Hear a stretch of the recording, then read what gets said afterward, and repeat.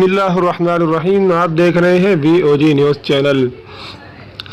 Indonesia میں fit بال match کے بعد ہنگامہ آرائی میں 129 افراد مارے گئے، سینکڑوں افراد زخمی ہوئے۔ زخمیوں کو طبی امداد کے لیے ہسپتال منتقل کر دیا گیا۔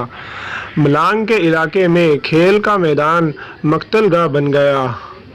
اریما FC اوپرسی بیا سرابیا کے درمیان کھیلے گئے میچ کے دوران برسی بیا نے 2 مقابلے میں 3 گولز اپنے نام کیے۔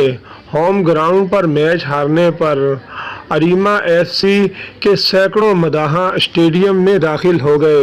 تماشائیوں کی لڑائی کے دوران مشتعل مداحوں کو مسترد کرنے کے لیے پولیس نے آنسو گیس کی شیل فائر شروع کر دی۔ اسٹیڈیم میں پولیس اور فٹ بال فینس کے درمیان ہنگامہ آرائی کے نتیجے میں 127 موت ہو گئی جبکہ سینکڑوں زخمی ہو گئے۔